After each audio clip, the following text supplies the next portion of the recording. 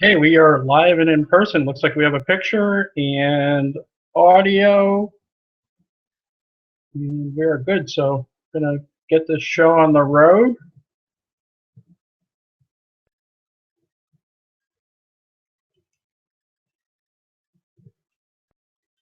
Get my slide deck up.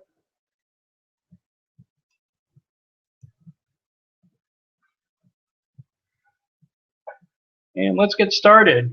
And I had a huge response to excuse me, a huge response to to my post to build on. I actually originally started this as 5 ways to build any business, and and then based on the response, it was pretty clear that people were looking for a lot of information. So I decided that I was going to actually add a little bit more to this, beef it up a little bit, and so I added a sixth way to build any business using social, and then I added a case study of a company that I actually worked with.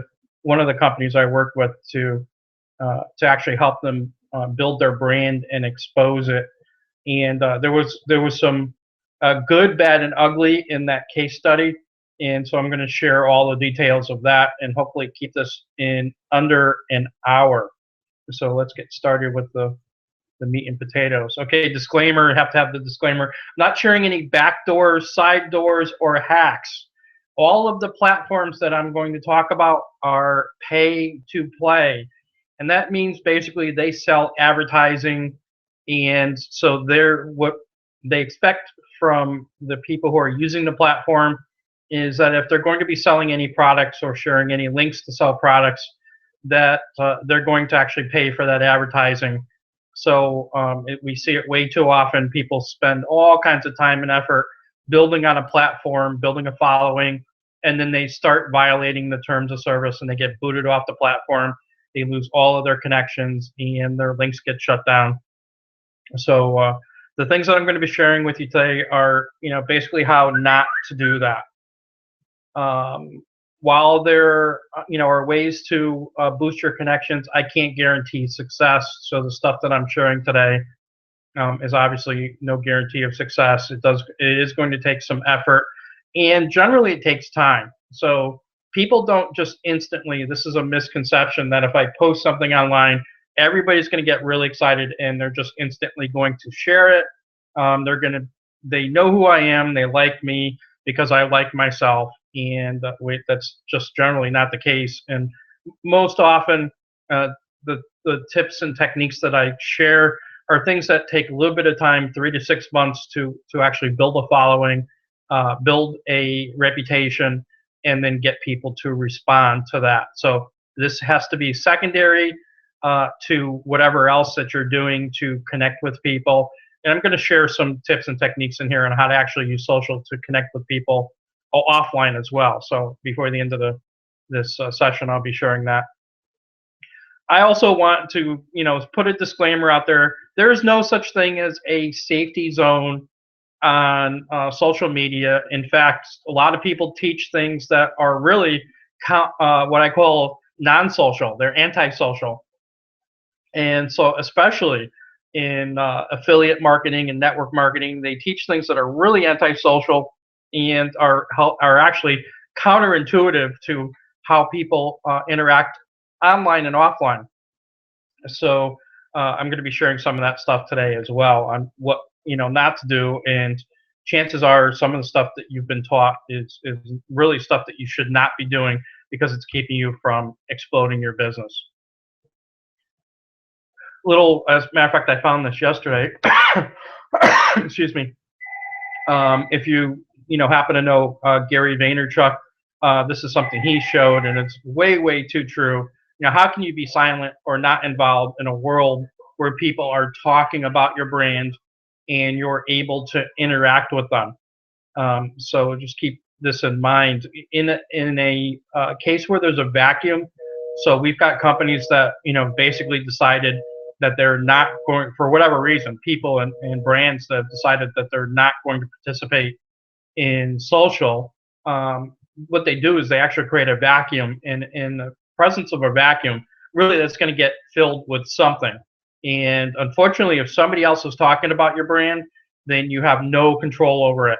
And so, in the absence of you talking positively about your brand, chances are it's going to be a lot of stuff, a lot of people talking negatively about your brand, and sharing things that are probably not going to show you in a favorable light. So, you definitely want to make sure there's good and bad out on the internet. It's impossible to be 100% good. And actually, I'm going to share one of the tips I'm going to share with you is it's actually advantageous to have good and bad about your product, and I'm going to share a case again. Wherever I can share an example, I'm going to share an example where it's actually helped brands to have the bad out there. This is what we're going to be talking about today. I put this slide out, and so this stuff will become clear.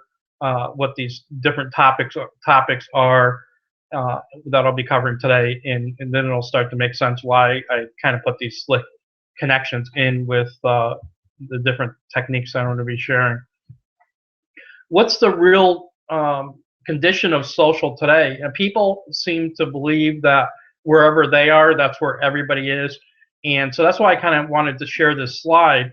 A lot of people are teaching Facebook, but really, if you look at the trends, Facebook is not the most popular and most used social network today.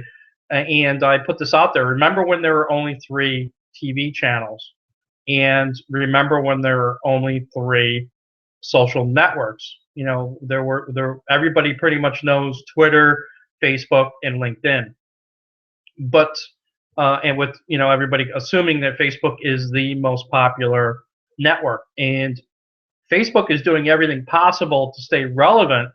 And what they're doing is they're actually buying up the contenders, I would say, that are grabbing people's attention. So Facebook is staying relevant by making it very easy to take because they bought the most relevant platform right now, which is Instagram, and they've connected it into Facebook. So what they're really doing is they're redirecting people to Facebook through Instagram. But Instagram, without question, is the #1 platform right now. So does Facebook still get to say that they're #1 because they own Instagram?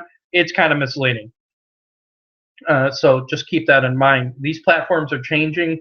There's a lot of tools out there now, and some of the stuff that I'm going to be sharing today is how to make yourself relevant regardless of what platforms are currently available. Oh, sorry, I'm going to grab a sip of coffee. I have to apologize. My main microphone went bad, so unfortunately I'm using the microphone that's in my computer, and so when I do anything on my table, it's gonna make some noises, which I was hoping not to have to do that, but I either have a bad microphone or a bad cable, and so until I get that worked out, I'm gonna have to use the microphone that's in my computer. So let's move on. We've got so much to cover today. All cases are unique, and they are still very similar. What does that mean? It's kind of confusing, but it's really what it means is even though people are really unique, no 2 people are alike, people really do very similar things. And people do things for a specific reason. So if you really kind of look at the social trends today, oh, so now I'm going to get a cough here. Let me get a cough drop.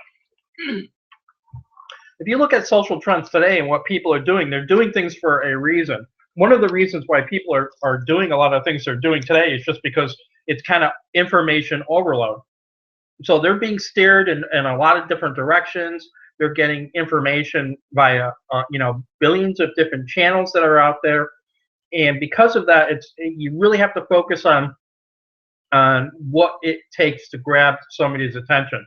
This morning I was watching the news, and a commercial came on for Fitbit, and I thought, wow, this is really unique. If you didn't see this commercial, I just want to call it to your attention.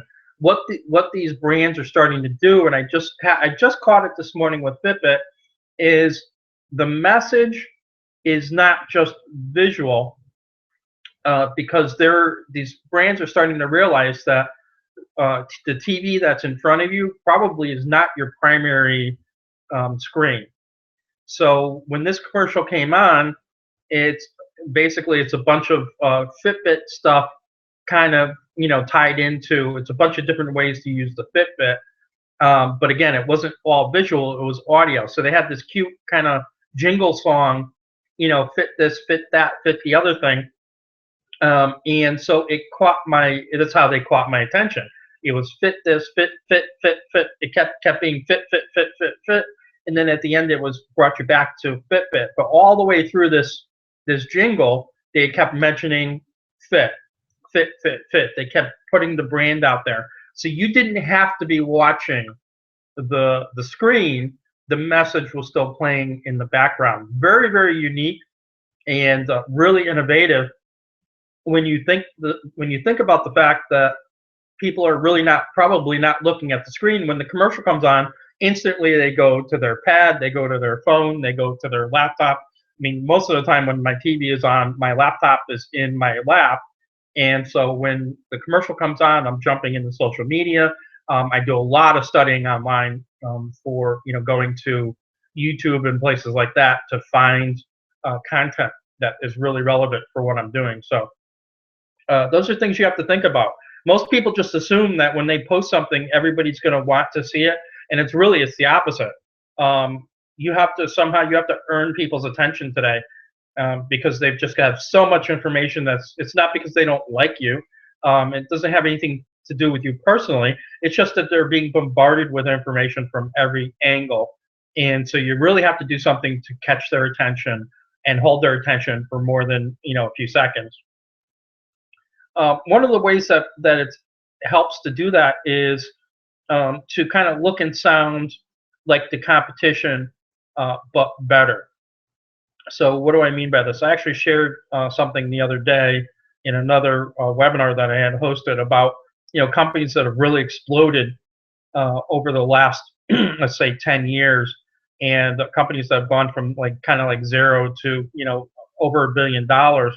And one of the ways that they did this was through looking and sounding like their competition, but making it better for the consumer. So one of the examples that I shared was Netflix.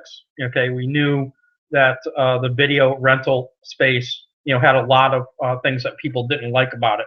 They didn't like that they had to jump in their car and get a video back by a certain point. They didn't like that they had to go into a video store and hope that the video that they were looking for was available. They didn't like a lot of those things. They didn't like all the fees. So what Netflix did was they basically came in and said, okay, how can we take what's going on in video rental and make it better? And so that's what they did. They got rid of the fees. They they figured out how to get the video directly to you, through your mailbox. So there was no late fees. It was very convenient. You could schedule your deliveries and all that stuff. So that's how Netflix basically, killed the entire video rental market. It's by making it more convenient. And then Redbox, of course, had a hand in that by putting a box where you shopped. So it was very easy while you were out at the grocery store to pick up a rental for $1 rental. Again, cheaper, so it was significantly less expensive. And their late fee was basically you just rented it for another day. Late fee, rented it another day for $1 basically when they started. Late fee for your video rental from the rental store was ridiculously expensive. It was almost like you were paying for a 3-day rental, again, just because you had it, extra 30 minutes. So again, kind of looking and sounding like competition, but fixing the things that people didn't like about it. So a lot of this has to do with listening to your consumer and being a little bit, being a little bit better, fixing the things they don't like. The bad, I'm going to try to give you some good, bad, and uglies. Bad is believing that social is social, and that could not be farther from the truth. And also, again, we were talking about grabbing people's attention. People use different platforms for different reasons, and I'll probably try to hammer this in, multiple different places in this presentation. People aren't on Facebook for the same reason they're on Instagram. People are not on Twitter, and doing the same things that they are on Facebook. So become very familiar with each one of the platforms. And as I go through the presentation, I'm also going to hammer home it's important to kind of focus yourself in the places where you could be strongest in sharing a message. And also, it's you're spreading yourself too thin on social. That doesn't help either. A lot of it is about focusing people to a platform where you're comfortable, where they're comfortable, and then connecting with them there. So a lot of it's based on promotion. I know it's easy to think that I can just put something out there and people are going to connect with it and they're just going to start following it. That doesn't happen. There's just too many platforms. There's too many places for people to get information outside of whatever you're offering. So you really do need to focus people, and you need to find ways to grab their attention. And so hopefully through this you'll get some of that information. What's your strategy? I just found this. A friend of mine had shared this. He's actually works for a newspaper, and he had shared this cartoon yesterday on Facebook.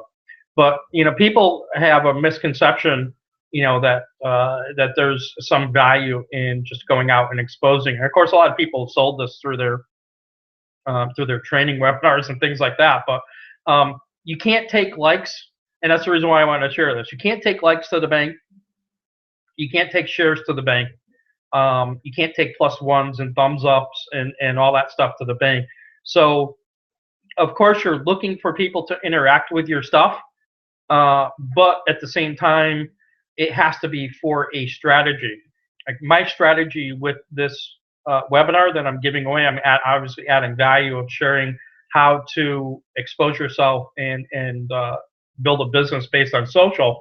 But really, the strategy behind this is sharing the webinar platform, the launch of the webinar platform that you're currently using. So I've got a totally mobile webinar platform that I'm building out.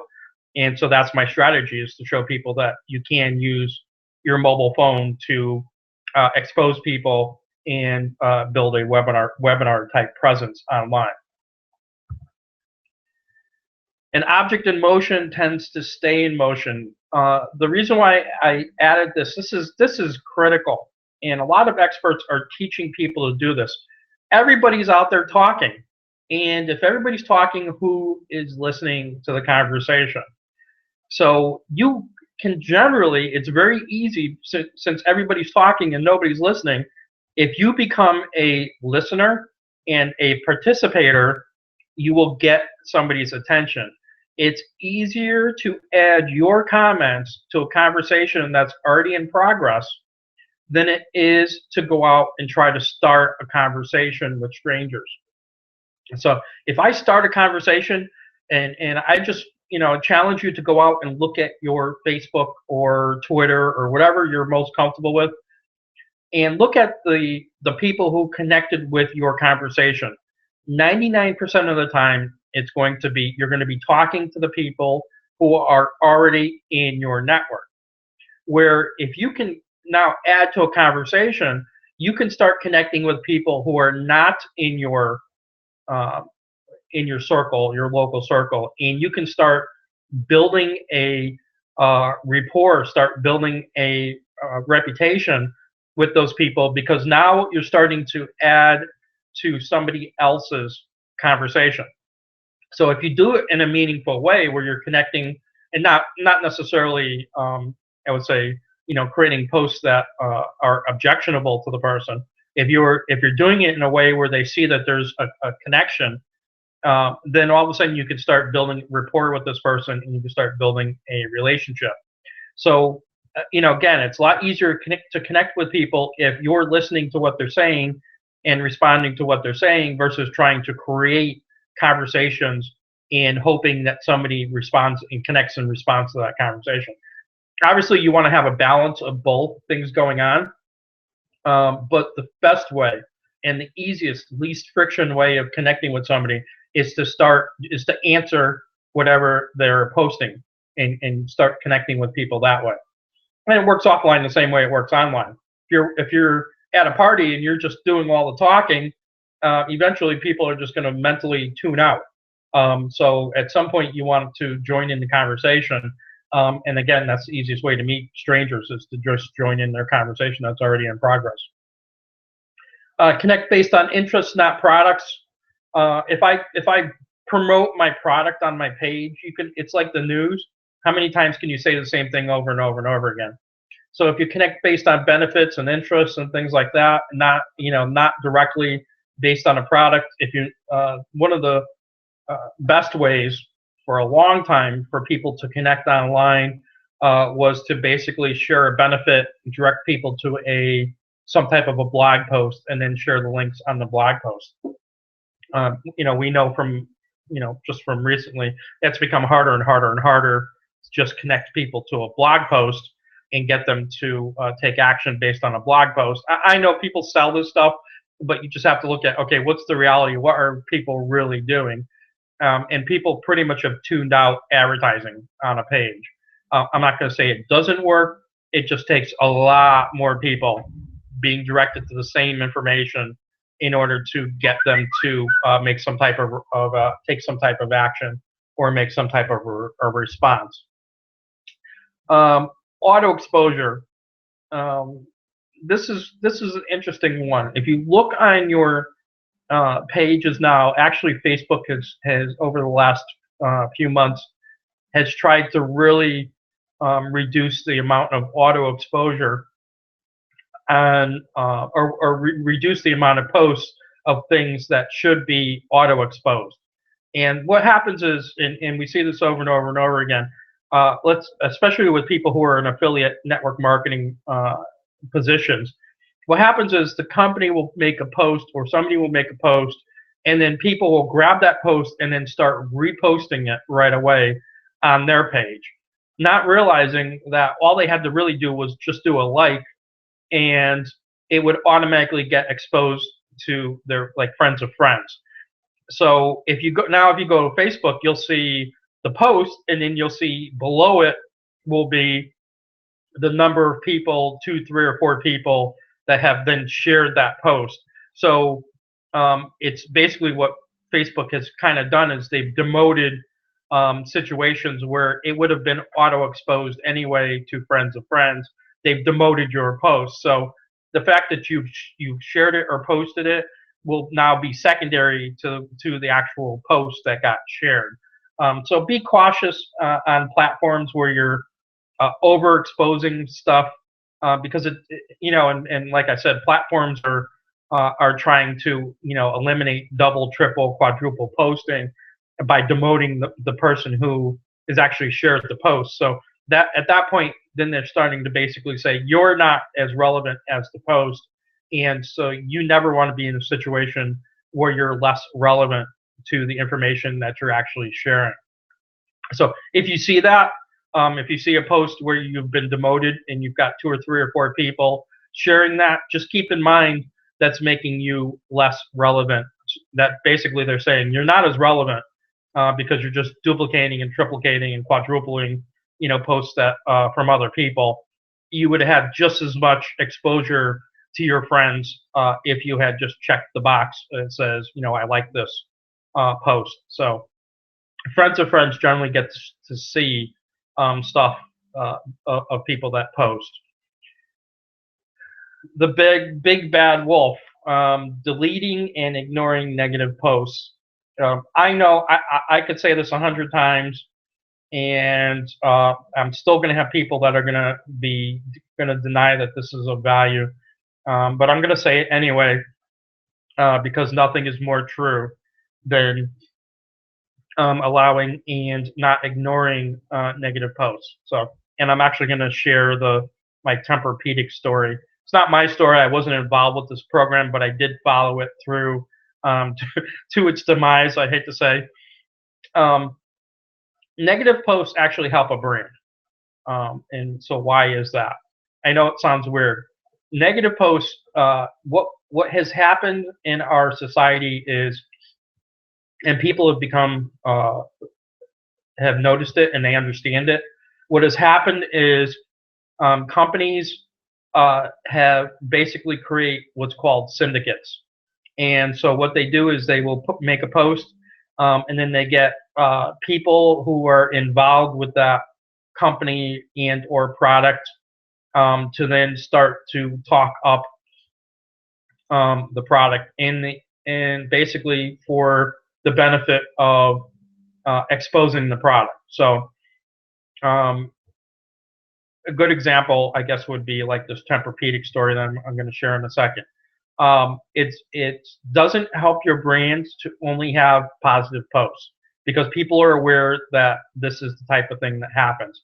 Somebody who is financially involved either through a paycheck or through commissions or whatever it happens to be, family members of people that are involved with the product will talk it up regardless of the value of the product. So now, what happens with a negative? There's two parts to a negative post. First of all, negative posts show your brand's commitment to the customer. So if you ignore negative posts and just let them happen, then what happens is that demonstrates to your customer that the brand really doesn't care what the customer thinks or what the outcome is once they make the sale. You do not want that to be your outcome. The other thing that happens is brands will delete negativity on their page. Again, then it only shows happy, peppy people, and everybody knows there's no such thing as 100% happy, peppy people. But it's worse than that. I've seen over and over and over again where one person's negative is somebody else's positive. I'm going to say that again, one person's negative is another person's positive. There was a situation where General Motors had, this is an older story, but General Motors, back in the early days of social media, probably 3 years ago, had created a campaign, social media campaign, around their Suburban. And they had a lot of, negative posts, I would say. Gas mileage. It was too big. Somebody actually had made a video, a couple of guys had made a video that went viral about everything that was wrong with the Suburban. General Motors didn't take the post down. In fact, it was probably the most popular, most viral video about the Suburban.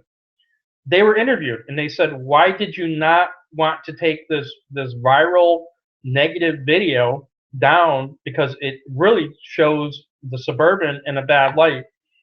And the response from General Motors is because sales are up over 30% on the Suburban, and the reason is because of that video. Number one, it connected people to the brand. Number two, what happened was the things that people found to be a negative, like the size of the vehicle, were actually a positive for people that needed that type of vehicle. Obviously the vehicle filled the niche. That's why it's been around so long. And so the things that people were pointing out were the reasons why they would not buy the vehicle were the same reasons why somebody else had to have that vehicle. So keep that in mind. One person's, negative is somebody else's positive. Everybody doesn't like cake. So just because one person doesn't like cake doesn't mean somebody else isn't going to buy it. So, those are the things that the reasons why you want your negatives and your positives. I can tell you, I saw a post on Dollar Shave Club.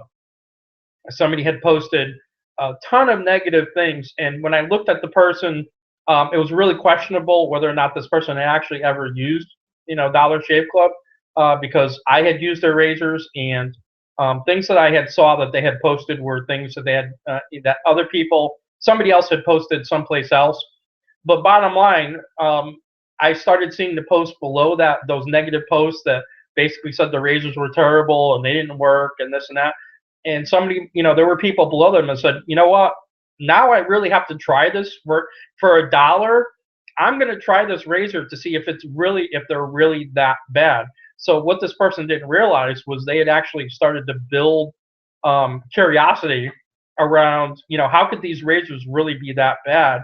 And they had a bunch of people that were actually joining Dollar Shave Club and going online saying, you know what, I just ordered them because I want to see for myself if they're really that bad. And so just keep that in mind. Somebody's negative is going to be somebody else's positive, and so you don't want to block those things out. What's my Tempur-Pedic story? I don't want to waste a whole lot of time on this, but for a long time, Tempur-Pedic had advertising that said they were the most highly recommended referral, brand in mattresses. And I don't know if it's true or not. It was definitely people on the inside were telling the story that it's the #1 most recommended, brand, mattress brand in the world. And so they, this is another lesson: be careful what you ask for in social media. They had went out and they created this whole thing, directing people from TV and from their website and multiple media sources to go to this Facebook page and tell us what you love about your Tempur-Pedic mattress. Well, be careful what you ask for, because clearly everybody is not going to be happy with their mattress. I don't care what it is. I've never actually slept on a Tempur-Pedic mattress. I've heard positives and negatives about it. So just knowing that, as soon as I saw this commercial, literally the second I saw this commercial on TV, I went to their Facebook page because I said, this is impossible. I know people, I know social media.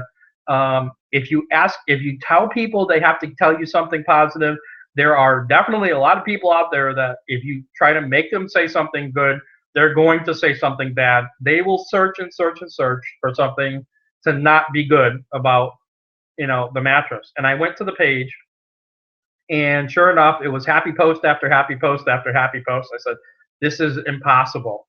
So then I started to do some searching, and I found out that, sure enough, people started complaining on other sites that Tempur-Pedic was deleting their posts, that they were telling their not so happy story, and instead of Tempur-Pedic, trying to respond to those, not so happy posts, they were actually deleting them from their page, and they were actually starting, people were starting to complain to the government saying that this is false advertising. And Tempur-Pedic ultimately, within a 30-day stretch, I kept watching the story because I knew it was going to progress, to something not very favorable for the brand.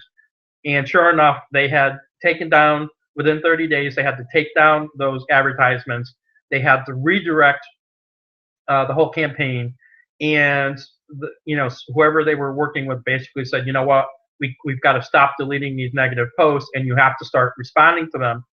And so what happened was the brand tried to steer people away from that Facebook page. And what they had changed the story to be was, tell us on your Facebook page, just tell your friends what you think about Tempur-Pedic. So rather than sending everyone to one place where everybody saw it, what they were doing was they were redirecting people to their own personal page. And a little insider tip: people will not post the same thing on their own page that they will post on a stranger's page, because they don't think other people are going to see it. So just a little inside tip. And plus, obviously, if they post it on their own page, far fewer people are going to see any ranting or raving that they had published than putting it on their main page, where everybody who gets the page can basically see it. And then they started doing what they should have done in the first place, which was customer service, responding to, please connect with, here's the place to connect with us. Let's see what we can do to fix, what you didn't like about our mattress. And that's really the correct way to handle anything on social media, is be a customer service agent. Whether you're working directly for the company, or you're an agent or a distributor for the company, be a customer service agent. Find out what that person really doesn't like, about the product or the company, and then see what you can do to help fix it. A lot of people are just looking to have somebody listen to them. They had a bad experience, and they want somebody to help them. They want somebody to hear their story. And so, generally, 9 out of 10 people, if you listen to what it is and offer to fix it, they will say, "Don't worry about it. I just was just looking for somebody to, to hear my story." And so, and a lot of people just think that if I tell my story, it's going to help somebody else. And so, if you listen to their story, again, 9 out of 10 people are just looking, to get that message out, and they're looking for somebody to show that they actually care about the product that you're selling. So be a caring, be a person that cares and a person that engages. Your customer is talking, whether you're listening or not. They're talking, and they're hoping that you're listening and that you're going to respond to things that are a problem for them. Birds of a feather flock together. This is an interesting one, but it says a lot about how people actually use social media, and it says a lot about how you can really build a presence on social media. First of all, you want to start by saying things, honest things that connect with your crowd. It's interesting, a lot of people don't actually say what they mean. They say what they think other people want to hear. This is a human nature thing. And of course, when it's online and they think that they're virtual, it makes it worse. So you want to actually be an agent of somebody that says things that are going to connect with what people really are interested in. So don't be virtual, be actual. So what are the benefits and interests of the people who are going to connect with what you're actually promoting? And because people tend to gather, okay. And the second, so I'm going to give you some examples of that as we go further. But this is one that really kills me. Is people want to be where a lot of other people are. I've never been really excited to go to a party that has 3 other people at it. And people are teaching this out in a lot of different industries. They create this false expectation that if you hide your friends list, that you're not exposing your connections, that there's some privacy thing that you're doing.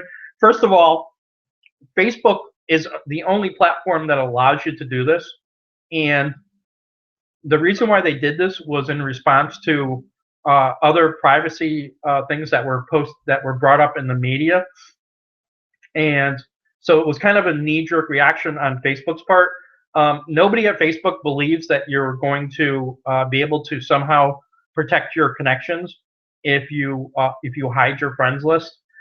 First of all, let's just debunk this from the fact that the people who you're probably trying to the list that you're probably trying to protect are the same people that you want to interact with you on your page. So they are exposing themselves ultimately through your posts. So whether they like your post or they comment on your post, the same people that you're trying to protect are the same people that are talking on your posts. So the only person that you might be protecting, is Aunt Margaret, who's only connecting with you on Facebook because they want to see the pictures of the kids. So they probably aren't interacting with you on any of your business style posts. But I just challenge you to go out and look at anything that you've posted, and all the people that have basically liked and responded to your post, are they the same people that you believe you are protecting by hiding your friends list? Now, here's the thing that's probably killing you in growing your business that you really don't realize, and that's popularity. People want to be with the popular group. Okay, if you think about this all the way back to when you were in school, there was kind of that inner circle in group, and there was the kind of the outcasts. And so, people always wanted to be with the popular person, whether they were with them or not. So the cool thing about social media is you can really easily expose who the popular people are, and you could kind of become part of their group, part of their inner circle. So I'm looking for people who are interested in kind of being part of that inner circle and part of that inner group. Now, I'm going to be totally honest.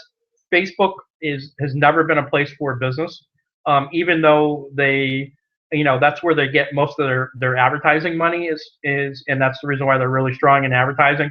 Because at one point they basically said, bring all your customers to us, and this is kind of and I'll talk about this in another section. This is kind of like a no friction way to connect with people. But then once all these companies did that, then they turned around and said, well, if you want people to see your posts, you got to pay. So again, they kind of became not the place for business. So I never really built out a big, huge list on Facebook. And really, over the last few months, I've been paring that down even further because the more people you have on your friends list that are not interacting with you, the least information that you actually get to see. So I spend a lot of time searching for stuff that should just be coming to my page because I've got a ton of people. I've got right now I've got over 15. At one point I had like 3,000 people. Now I'm down to I've got a little over 1,500 people that I'm connected with, and a good percentage of them don't respond to anything that I post. So what I'm doing is slowly over time, anybody that doesn't respond to anything I post, I just unfriend them. So because how Facebook works is it's based on a percentage of people that respond to a post, and they expose it to more people. So if you've got 1,500 people on your friends list and only 3 respond to your post, then Facebook basically looks and says, well, only 3 of your friends were really interested in it, so we're not going to expose it to a lot of other people. If you've got 200 people and 3 respond, all of a sudden your percentage has gone up dramatically. So you only really want to be connected with people that are responding to and seeing stuff and responding to it. Now that's totally different than what I do in LinkedIn. LinkedIn, I've got over 10,000 connections. Totally different than what I do on Twitter. Twitter, I've got over 15,000 connections. So they're different platforms, and I do different things on them, based on how people are going to interact with the stuff that I post out there. The bad, sharing viral. I'm just gonna, again, I'm throwing the stuff out there. You can, buy into it or not. Most people I know are looking for the reason why they post stuff out there is they want to share it with friends and they want to be relevant, and they're looking, for attention at some level. Here's the problem with sharing viral stuff if you're in business. Most of the viral stuff that's out there has been manufactured to be viral, which means that it's probably not 100% accurate. So if you're sharing, things that are misinformation in order to make them viral, so in other words, basically they're designed to elicit an emotional response in a stranger. So they look at it and go, "Oh my God, I've got to share this with all of my friends because this is just ridiculous." And then you find out that what they were actually saying wasn't in fact true to start with. Well, what happens is somewhere down the line, somebody's going to look at that and they're going to go do some searching and find out that, oops, this person is just sharing whatever comes across their inbox. And so, how relevant can the stuff that I'm getting from them? Subconsciously, a lot of stuff happens. So it's not that your friends are looking to ignore you, or they're looking for you to looking to be nasty person and devalue you, but subconsciously, the more of the stuff that you share that's not real, subconsciously devalues the person's connecting with you, their value of them staying connected with you. And in a world where somebody else's thumb is your worst enemy, the last thing you want to do is have your name come across and them without thought to spin past your post, because half the time it's just something that was, again, overshared, should have been auto shared, things like that. It was some viral post that really wasn't true to start with. The same thing happens with, I try to stay away from political posts for that, because 50%, it's a 50-50. No matter how you slice it. And so, every time you share something from your party, you're, turning off 50% of the people in the other party. So just how it works. This is really valuable. The connection equation. Everybody wants your attention, and you want everybody else's attention. And really, someplace in the middle is where relationships develop. So if everybody's talking and no one's listening, there's no relationships that are being developed. If everybody's listening and no one's talking, then no relationships are being developed. So there has to be, you have to go for the sweet spot in the middle where you're sharing the right stuff, but at the same time, you're communicating with the people who are most likely to connect with your benefits and your brand and your products. So, you've got to find that balance, and somewhere in the middle is that sweet spot. So, be listening as much as you're talking, be communicating, and if you're communicating, with the people who are connecting with your brand, people love that. They will be. This is where you actually develop the sweet spot in the middle. Is where you actually develop those lifelong relationships, and this is how you actually expand your network, is being the person who's listening as much and communicating, as much as they're talking. A bird in the hand is worth two in the bush. These are all like high quality things that I'm sharing here. Again, this is a very huge misconception that was shared early on in network marketing and early on in the internet, that somehow you can just throw something out there, get a huge response to it. People are just going to jump all over your link, and strangers are going to jump out and just throw money at you. They can't wait to take their credit card out of their wallet and give you money.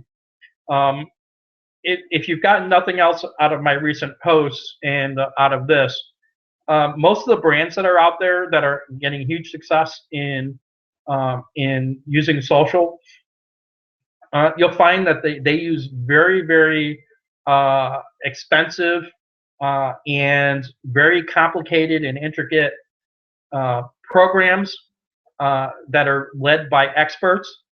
They spend all kinds of money, developing these marketing platforms, and just one part of that marketing platform happens to be social media.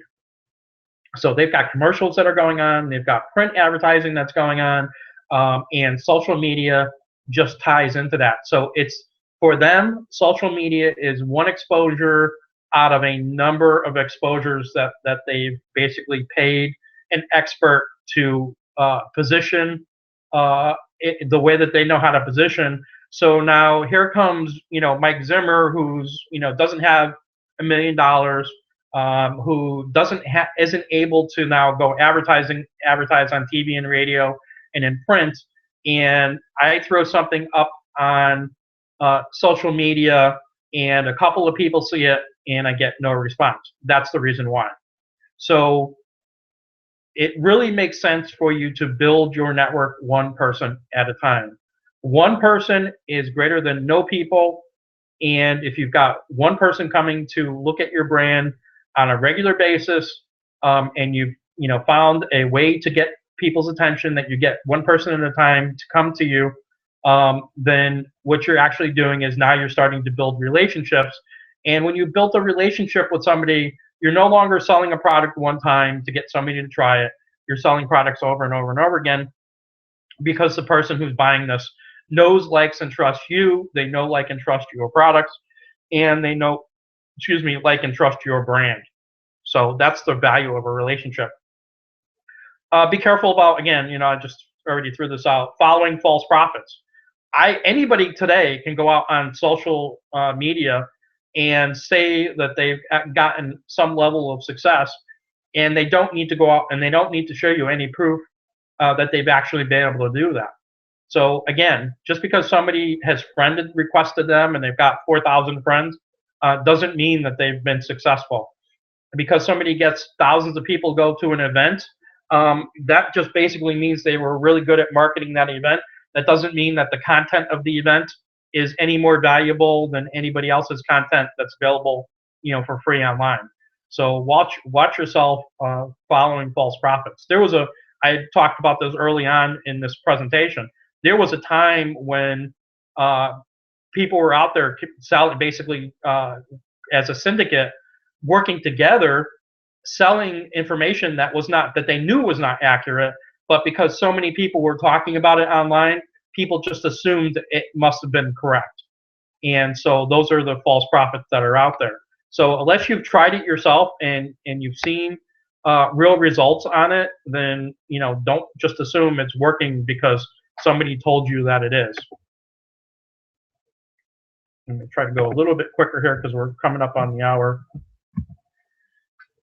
Okay, 5. Rolling rock, a rock rolling downhill gains momentum. This is really, it's about making frictionless, making things frictionless. The least friction that you create in your promotions, the more likely people are going to share it. The more likely you're going to build your network. The more likely that people are going to want to, duplicate your content. And again, also if you position yourself as a leader that people like to follow, people will automatically start to follow you because they're going to want to stay connected to your content. They're going to want to stay connected to what you are doing. Now, again, if you're just duplicating viral stuff that's out there, people are not going to find value on that. You don't have to be somebody that is really good at creating content. You could create some content, and again, 1 is greater than 0. Even in this, there's something that that there are people out there that don't know. You might think that, well, everybody knows this, but again, that's a false perception that everybody knows what I know. There's always somebody that doesn't have that type, whatever level of expertise you have.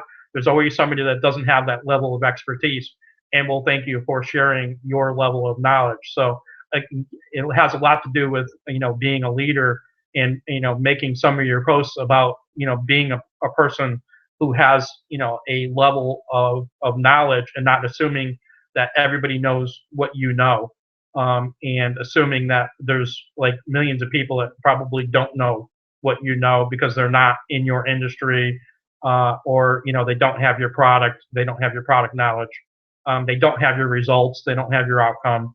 So don't be afraid to share that information and let people judge for themselves. The bad part of this is trying to be everything to everyone. I mentioned this earlier. Work on the platforms that you're most comfortable working in, and then I said basically my rule of thumb is spend 80% of your time directing people, promoting the place that you're most comfortable communicating. Spend 20% of your time on some other platforms where people are that use your product, that are in your industry, and then use that 20% that you're spending in other places to direct people to something where you're more comfortable communicating. As a matter of fact, I think in the next slide, yes, I did. Taylor Swift is really expert at this. Is what drove her to her fame. Besides the fact that she's got some really cool music, she really knows how to play social media. She's one of the most popular people on Instagram. It's not because if you look at her content, you won't see any memes. She's not loaded up with memes and quotes and product sales. Actually, what she's figured out is the best way to use her social media, or this particular social media platform, is to post pictures of things that when she's not on stage. I mean, you can see there is a on stage moment that she's sharing there. But for the most part, if you go through her content, it's the things that happen when she's not quite as public. So she's not posting her ultra private moments, but you're seeing the part of her life that you would not see on stage. You're seeing the part of her life that you're not seeing in her video, music videos. You're seeing the part of her life that's not expressed through her music. So she's kind of using this to fill in the gaps. But you notice on the top of this, at the same time, she's sharing this link. And so what she's doing is she's getting you to content that she's redirecting you to content that she wants you to see. And this is where you would actually be able to connect with more of her brand, more of the types of things. So if you want somebody to buy your product, you want to direct them to a place where they're going to be able to get more information about your product. But on this page, you don't want your product. Okay, you want the other parts of your life that kind of lead up to getting them to the point where they think they need to click on the link to buy the product. And so that's how people are hugely successful using these other platforms like Instagram and sharing these pictures. These pictures, if you look at most of the pictures, even on the screen, they don't have nothing to do with her music life. It's just filling in the gaps. My bonus, curiosity killed the cat. This is probably, I can't believe I actually left this out of the first, the first series of things, but it all really comes down to curiosity satisfied is opportunity lost. Curiosity satisfied is opportunity lost. This is probably the most important slide that I've got up here, and it's how to really post on social media to get people to respond and interact and stay connected with you. You'll notice, like, even with this, and I'm going to show you in the next slide, you're going to see, always post questions, never post statements. If I'm posting statements out there, people don't have to ask questions. They don't have to interact with what I'm, putting out there. Unless it's really highly emotional, people will generally not respond to a business post. And I say never post links. Make people ask for those links. If you notice on this webinar, people had to ask for the connection. They had to ask for that link in order to connect here. The other thing, and I'll show you that in the next slide, it was one of my most popular posts this week was saying that I'm going to do this webinar on social, and you need to ask me for the link to get there. Could I have posted the link? Absolutely. Would people have responded? No. Did it make a difference? Absolutely, because some people saw that other people asked for the link, and I had people that asking in private as well as in public.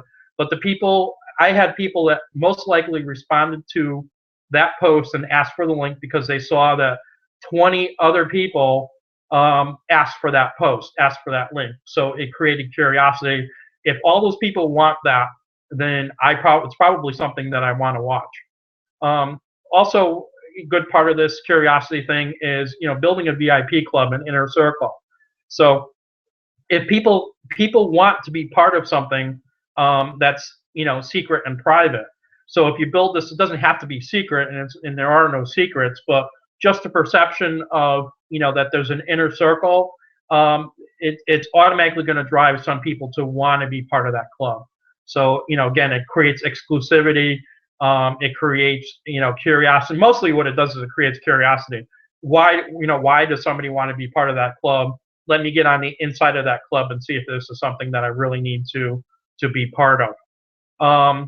And again, the bad thing is curiosity satisfied is opportunity lost. If you're posting what your product is and you're posting a link to your product, people don't have to ask you any questions because you've already satisfied their curiosity, and there's no reason for them to look any further into what you're offering. If you post things that say, I feel great, oh my God, I've got so much energy this afternoon, this is unbelievable, and you don't say how it's happening, then people have to ask you, whether in private or in public. People will, I get a lot of people outside of social media that will run into me and say, hey, I'm seeing all these posts, what, about your business, what are you doing? You have to tell me about your business.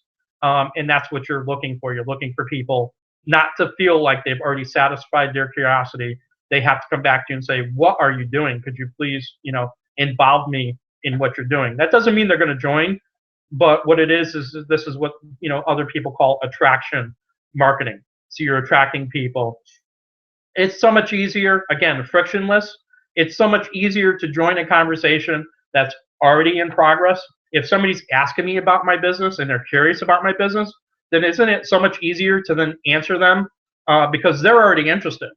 They already want what you have, and they're just looking for you to now, connect the dots and to invite them in. So again, everybody's not going to do that, but if you're connecting the dots for them, there's no reason for them to ask you any questions. This is just, again, everybody is on this already, so I'm not sharing anybody's private information. But this was as of this morning. 23 people had liked it.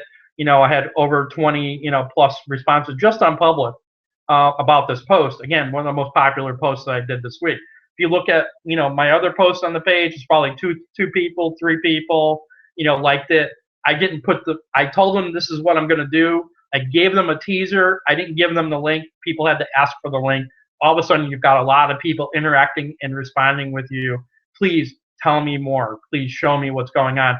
I did this post on purpose to show you exactly what happens when you don't satisfy people's curiosity and they have to ask you for a link. They have to ask you for information. All of a sudden, your network starts to explode.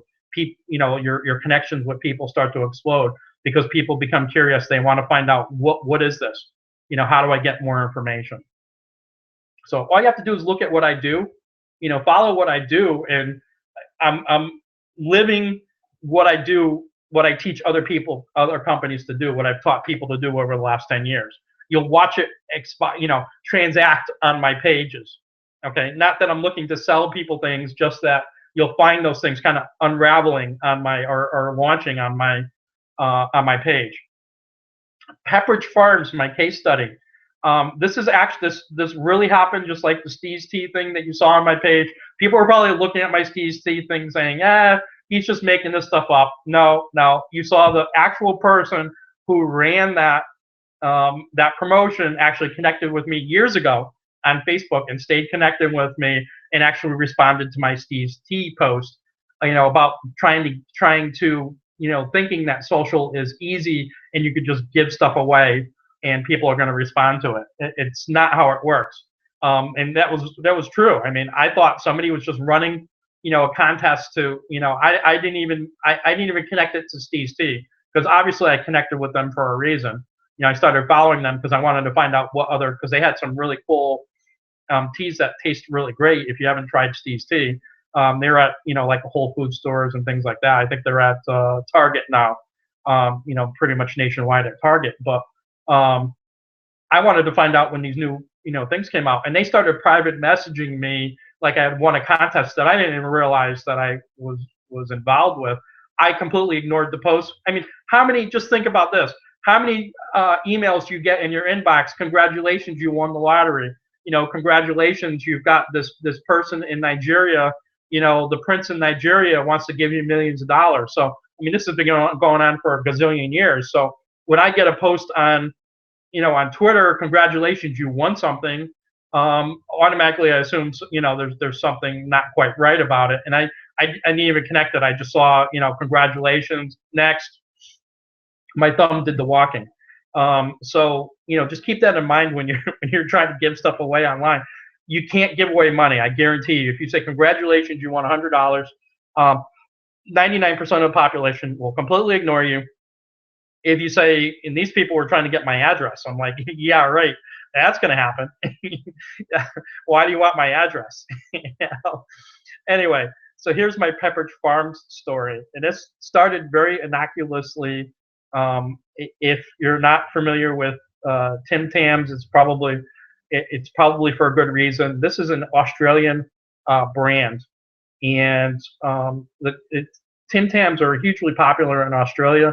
And I just happen to have, as a matter of fact, one of my cousins is going to be watching this today, who's in America but also connected, and so she'll know exactly what I'm talking about with Tim Tams. But in Australia, they have this cookie, and it's hugely popular. Just like we've got brands in the U.S. that are popular, but it's hugely popular based on whatever the company was doing in Australia. And I just happen to know about this again because of my relatives, and having tried Tim Tams. And so basically, what happened was Pepperidge Farms decided that they were going to try to market this hugely popular brand and bring it to the U.S. So they started marketing Tim Tams, and unfortunately, the way they brought it to the U.S. market and the fact that there's cultural differences between the two societies, they were not successful in bringing this into the U.S. But little did I know that I was kind of in the middle of this, huge launch that was really going south. And I had created this group on this back in the MySpace days. I had created this group on MySpace called the Tim Tam Slam Group, and it started like all of a sudden it grew very, very quickly. So I mean, you couldn't. I don't think you could advertise. You couldn't advertise like groups and things like that back in those days. But what I did was I actually started to promote it on my page, and I started promoting it in other groups on MySpace. And all of a sudden, like I had gotten over 1,000 people connected to this group in a very short period of time. And again, you don't realize behind the scenes, like Pepperidge Farms was not doing the campaign, the marketing campaign for Tim Tams. It was a company in New York that was actually running this. And the company in New York basically picked up on the fact that all of a sudden I had this huge response to this Tim Tam Slam group, and they contacted me directly. Literally on Christmas Day, I got a Federal Express envelope from this group with a letter saying, that they wanted to work with me, and they were just starting to run a giveaway, a contest, and they said, would you please work with us to promote this contest that they were getting ready to run. And again, I wasn't aware that this was already going south, that they weren't, it wasn't catching on in the U.S. the way it was catching on in Australia. And so they were looking to kind of piggyback on my growth in MySpace, and then promote, the Tim Tams. At the time, Tim Tams were only available through, they tried to launch this in one market, and I'm sure they had somehow worked this out with Target. So the only place you could really get Tim Tams at the time was just at a Target, which I think was probably part of the reason for the demise. But it was also, like I said, cultural differences. People in the U.S. Didn't necessarily connect to the value of buying this cookie over another cookie in the U.S. It looked a lot like the Keebler cookies and things like that. But the Tim Tam Slam deal, which was really cool, which you made this cup of coffee and a cup of tea, and you bit the ends off the cookie, and you dunked the cookie. Like we would just normally dunk a cookie and eat it. But what they were doing was actually they were kind of using it like it was a straw. You would put the cookie in your drink, your hot drink, and you would suck the coffee or tea into the cookie, and it would make the cookie just kind of dissolve, but because of the coating and everything, it would stay together. And then you would suck this hot drink into this cookie. It would dissolve, and it was just it was like heaven on earth, when you now dump this in your mouth. But again, people in Australia know this. If you know somebody in Australia, chances are you may have experienced this. People in the U.S. just didn't get it, and so most of the people that I was actually connecting with on that group were people, in the U.S. from Australia, or people, in Australia. And so because of my connection with family, so it really didn't help them a whole lot to expand the brand. But again, it wasn't my intention. It was just kind of expose this, like I said, heaven in your mouth. Teaching people how to do this Tim Tam Slam. I thought they had this as a lock in the U.S. And they weren't really honest with me, that this brand just wasn't, or this particular product for Pepperidge Farm wasn't taking off. So that's my story. So again, there's good, bad, and ugly here. You can use social media, to really promote the product. Back in those days, they weren't. This particular promotion that they were doing a web promotion. They weren't doing anything on MySpace really. There was, they had a web promotion. They didn't really have a whole lot of, didn't see a lot of advertising on TV. Obviously, they were doing promotion in the store, and I think they were just thinking that if we just do this online in the stores, and online in a website and in the stores, they were going to get people to respond to it, and it wasn't flying for them. So that's my Pepperidge Farm story. It was really cool to get a Federal Express on Christmas Day, from with free Tim Tams and this nice letter from this marketing agency and all this other stuff. And I did follow up with them, the day after Christmas and get in contact with them. And I did, like I said, I worked with them as much as I could. I think if they were probably more honest with me, we could have done more. I'm not going to have time to do any Facebook connection examples. I'll do that in a separate webinar. And so I just thank you for your time and attention. I will make this link available. And I'm going to do a second, because I ran out of time, I'm going to do a separate webinar sometime over the next few days, and to show you actually how to use Facebook to do local connections. A lot of people like Facebook that are following this. So how to do local connections, how to connect with groups, how to use events, and things like that. So I'll do that actually as a separate hangout. So thanks again, and thank you for your time and attention, and have a great day.